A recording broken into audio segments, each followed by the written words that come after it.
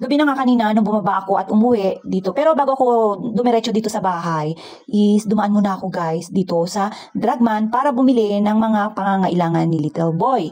Dahil nga po panay-panay ang ulan, talagang tinatamad ako guys pagka ganito na mamalengke or pumunta rito sa grocery. Lalo pa pagka hapon na, talagang napakaraming tao at kahit na paggabi na yan guys, saka dumadagsa yung maraming tao talagang pagka lalo na weekdays yan. At kinabukasan nga may pasok yung mga bata kasi malapit lang nga po dito sa amin ang school, yung lalo na yung elementary at high school guys. Yan, walking distance lang at magkadikit nga lang. Kaya marami po talaga yung nag-aaral dito sa aming barangay. At ayan nga guys, kasi umuulan, kahit na umuulan, dumaan pa rin tayo sa Dragman para meron tayong pasalubong sa ating Little Boy. Kasi kaninang umaga, maaga pa rin tayong gumising guys, pero sobrang ulan.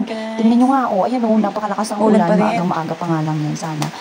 Papasok ako, kaya lang, medyo tinahali na ako ng bahay, gawa ng, sabi ko nga guys, yung ulan, yung malakas na ulan, may kasamang malakas din na hangin. Kaya umaambi talaga siya dito, pumapasok dito sa loob ng aming compound, yung tubig. At ayan, tingnan nyo nga di ba? May kasama siyang malakas na hangin. Kaya yung mga tao dito, wala kang makita ang palakad-lakad dyan sa labas. At isa pa, wala rin palang pasok dito. Ayan, nag-declare na nga na walang pasok dito sa Puerto Princesa. At yan na nga guys, buti na nga lang. Ayan, nagawa na yung ating kalsada na kahit na umulan pa siya ng umulan, hindi na mapuputikan ang ating paa. Meron pa nga yung dyan drum sa harapan namin kasi hindi pa tapos ang paggawa dito sa kanal. At nagre-recrap po sila dito banda sa may mga malalim sa kanal.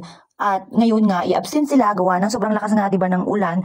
At siguro nga, takot din magkasakit ang mga yon. Kahit na gano'n lang mga yon, talagang inaalagaan din nila yung kanilang sarili. Kaya, stop ang kanilang trabaho. Ito nga si nanay, tingnan nyo, bago pa lang di siya naglilinis. Pero hindi halata na tanghali na yan. Kasi nga, yung panahon natin, talagang makulimlim at talagang, yan, enjoy lang. Kahit na malamig at gustuin man nating matulog, kailangan nating gumising para mag-prepare ng pagkain. Dahil, syempre, yung akala nyo lang na medyo madilim pa, pero mamaya konti gugutumin na tayo. At una nga niyang piniprepare ang pagkain ng ating Little Boy. At yan nga guys, tingnan niyo, unang-una yan kumakain sa morning. Yung tamang habang nanonood ng TV or yan naglalaro talagang papak-papak yan siya. Hindi mawawala yan. Hindi yan siya guys nagugutuman pagka ganyan morning set. Siya talaga yung una naming pinagpiprepare ng pagkain. Lalo pa, ganyan, ilaging naghahanap. At kailangan guys, yung kanyang tubig, talagang ready mo lang yan dyan sa may lababo banda. Kasi nga, after niyang kumain, iinom lang yan. At alam niyo ba, pagka may mga sobra-sobrang tubig sa baso, binubuhos pa talaga. Ikaw na lang ang manghihinayan sa tubig na binubuhos niya kasi nga gusto niya pagka umiinom siya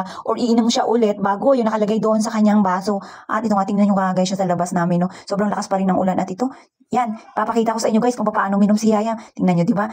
Tapos na siya uminom dyan at babalik na ulit dito sa kanyang pwesto sa kwarto. Talagang sarap ng buhay pagka baby, walang problema. Tamang laro-laro lang, kakain, relax-relax. Di ba? Ito nga guys, pagka dalawa lang sila ni nanay, talagang naglalambingan yan at walang, sabi ko nga, walang makakapag-iwalay sa kanilang dalawa. At ito pag uwi ko, sa gate pa lang, siya na kaagad ang nagsasalubong sa akin at hila-hila itong si nanay para buksan ang gate.